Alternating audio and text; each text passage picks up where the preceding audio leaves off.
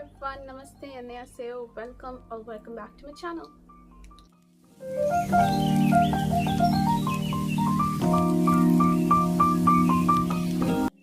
So today's video is going to be very important if you have applied for the GKS this time or you're planning to apply GKS for future. Because in today's video I'm going to be talking about the interviews.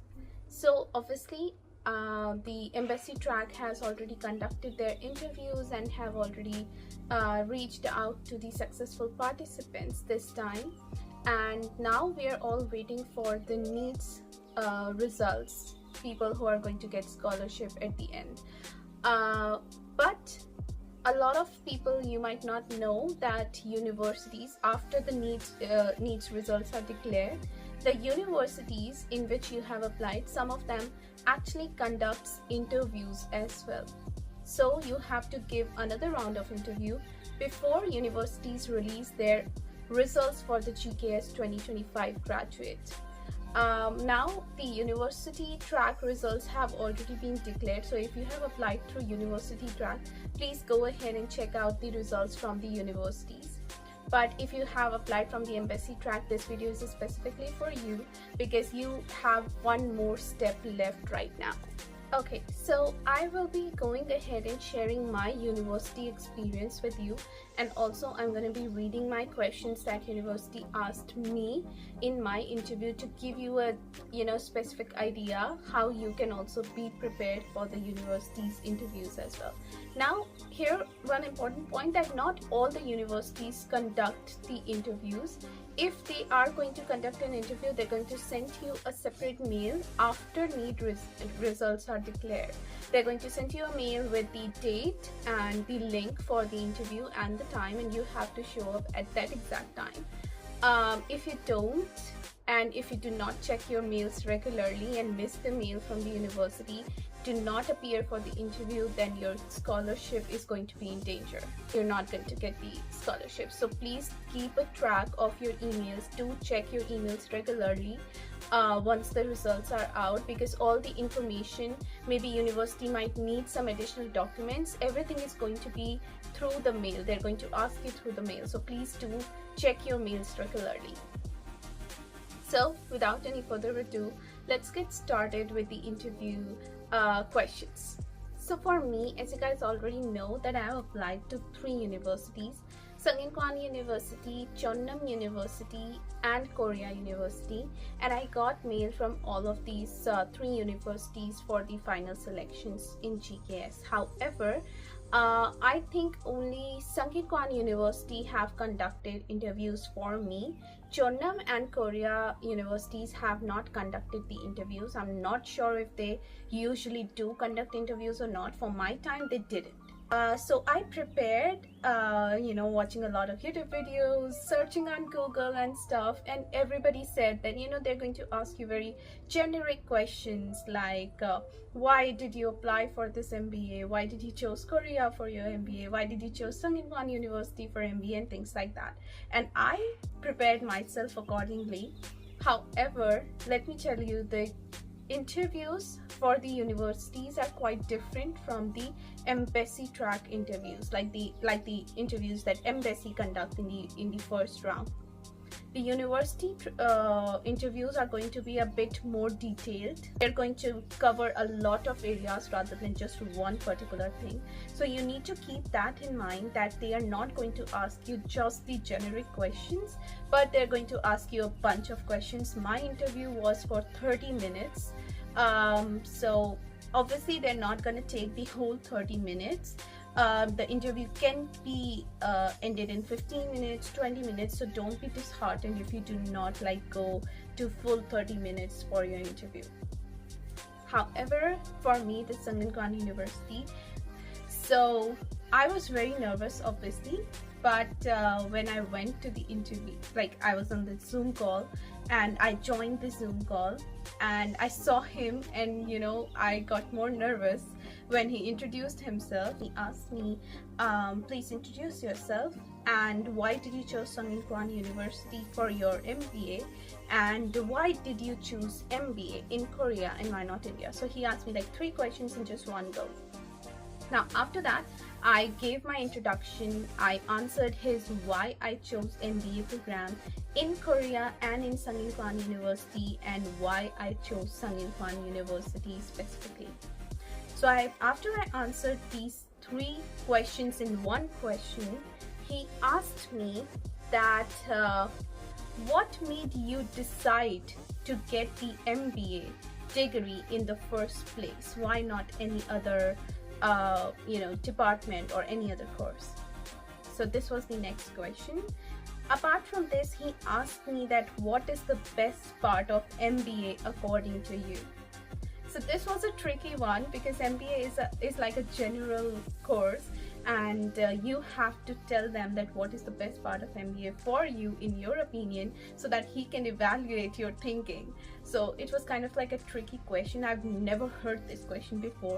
For me it was quite easy, because I like management, I like marketing, and I've already gained experience for 3 years in both the departments. So I knew that what I wanted to do, I knew why I want to get the MBA degree. So for me it was a little bit easier question than what I've heard from other people. However, if your department is not MBA and you're choosing the different department for yourself or degree program, what I would suggest you, the easy way to answer this question is just take 2-second or 3-second break before speaking. It gives actually a good impression to the teacher that you're actually thinking and you haven't like memorized your answers in advance. So take a 3-second pause, think about it, that why did you choose this degree program in the first place, and why did you like it, why do you want to do it, and you'll be able to answer that question itself. Okay, it doesn't really have to be the best part of the degree for everyone else. In general, they're asking you what is the best part for you, so you have to tell them about your thought process. Do not generalize the answer, just say what you want to say. Then the third question he asked me was my career background, that he already knew that I have the experience in marketing and in sales. So he kind of like went ahead and wanted me to tell him myself that what I have done. Okay, so after that, he asked me what you can bring to the classroom if you study in Sungin University. Now, the reason why teachers or interviewers ask this question to you, like what you can bring to the table or what you can bring to the classroom, is they want to know what are your strengths. So you have to tell them about your strengths as well. So basically this is a new way they have like discovered to ask you that what are your strengths indirectly. So tell them that what you're good at, what you can bring to the table, what you can offer to the university in return of receiving that education from that university particularly. Then he asked me what skills I have for MBA program and why I think that I'm a good candidate for MBA at Sungin University rather than the other people who might be giving the interviews. So again, you have to explain your strengths in a way that showcases who you exactly are, your personality. Then he asked me what skills you are looking to develop through this program, and do you think the goals you have set for your skills are going to be completed with this program at Sungin University. Again, a very good question, a very tricky one as well. I was a little bit like taken aback once I heard this question, because everybody asks you what are your skills, what you want to do after doing MBA, why did you choose this university, and these generic questions. But this question, like what skills you want to develop, and do you think that you can develop those skills if you get a chance to study in Sungin University, is kind of a tricky one, because you do not really have to only talk about yourself, but you also have to explain him a little bit about the university as well, that you have done your research. You're not just applying in this university just because Sungin is very famous and it has a good reputation. You need to show the teacher or the professor that you have actually done your research, you know why you are here, you know what you are doing and why you are doing, and you have a very clear goal, not just in terms of monetary goals or not just in terms of coming to Korea goal, but you actually have a goal to get the degree from this university by enhancing your own skills.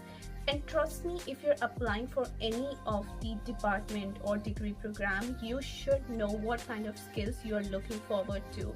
What are the skills you can gain once you get the degree program, and what are the skills required for the job in your field once you get your degree and once you try for the jobs. So you have to strategically think and kind of like prepare the answer in advance. Okay, this question was kind of tricky. I at the very for the very first 3 seconds I was completely blank, but once I started to talk about it, I was able to answer this. So once I answered that question, the interview kind of became more like a conversation between me and professor. So what he was trying to do was he picked 1 or 2 words from my answer and made a new question from those words and then asked me that question. So once I responded to this question, he asked me that what holds in the future of India and what are the talents people of India have. And that was a very tricky question for me because this whole interview was going in one direction related to my education, and it took a complete U-turn and it became a very generic interview. And he suddenly asked me about India and talents that Indian people have, just because I said this one line in my answer that once I'm done with my education in Korea and once I gain these kind of skills, I would like to come back to my country and use those skills in order to help my country grow and help the people of my country as well. And then he just kind of started to ask me questions in general. So he asked me this question, and I did not actually expected him to ask me something related to the country itself, but then obviously I answered this question.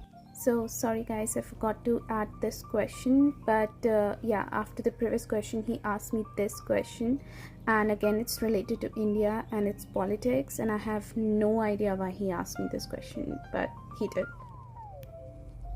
The next question that he asked me was, what are your long-term goals in 10 to 15 years from now on, and where do you see yourself? This is a very general question, to be very honest. If you have experience of giving job interviews and stuff, you might know that interviewers generally ask this question, that where do you see yourself in 5 years from now on, what kind of position you see yourself in. So I kind of already had experience of answering this kind of questions, so I answered this. And the last question he asked me, because he already knew that I have experience and I was managing a team in my company where I used to work. So he asked me that working in a diversity of background team, the conflicts are very common. So what or how you think that you can resolve this situation? Now, you have to be very careful when you answer this question, because this question is not just about you, but you have to show the empathy and sympathy as well to the people of different backgrounds who are coming from different mindset. Their thinking and their way to perceive things is quite different. So you have to keep everything in mind while you're answering this question. That's how I answered it. I just didn't answered it from my perspective, but I also kind of showed that how much I care for other people's feelings and their thoughts, and if a conflict occurs, that how I'm gonna resolve this. So there was one more question that he added to this question, was that if there is a person in your team who have a very different thought process and he doesn't want to listen or go ahead with your way, how do you gonna convince that person to or pursue that person to agree with your way of doing a specific task. And this was again a little bit tricky question, because you have to keep in mind that you're not just showing that you're kind of a person who wants to do things like your own way, and kind of like my way or highway thing. You don't want to show that to the professor. So you have to answer this question in such a way that you are not showing yourself as an arrogant person. So after this, all the questions he asked me that if I have any questions for him. And it's a very important thing that you ask professors in some questions.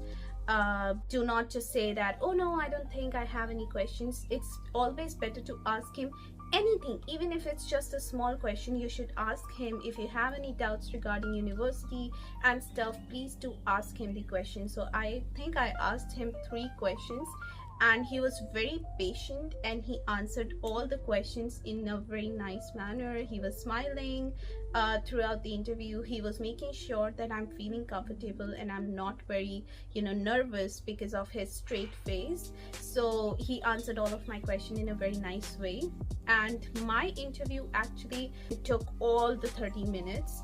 So I was expecting it to be end by 20 minutes or 25 minutes, but I kind of like used the whole 30 minutes because of the conversational questions that he asked me by the end. But yeah, that's how my university's interview went. So one tip that if I have to give it to you at the very end of this video, is that please do not rely on just the generic questions that why MBA, why Sungin Kwan, why Korea. They're going to ask you these questions as well, but they're also going to ask you some questions that are very tricky, some questions that you might not thought of, but they're going to be there. So prepare well in advance.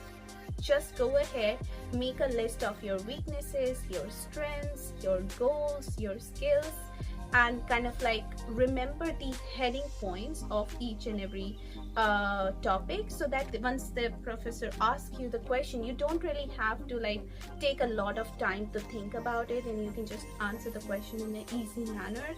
And obviously, if you have already know about these things, you have already made a list, then you would be a little bit less nervous while you're answering.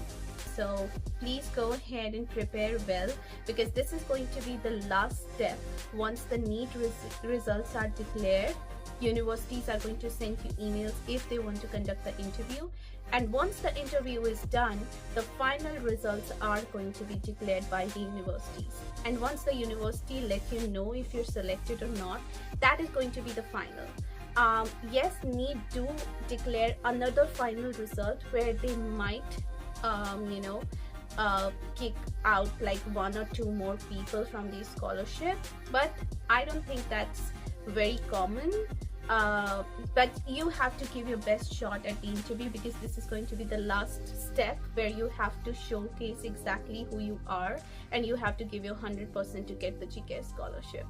So wish you all the very best to the people who are going to be appearing for the interviews for universities, and congratulations to the people who have made it so far. And be positive, have a healthy mindset that you're going to get the GKS scholarship, and I really wish you guys all the very best for your scholarship results out there. Till then, bye bye, take care.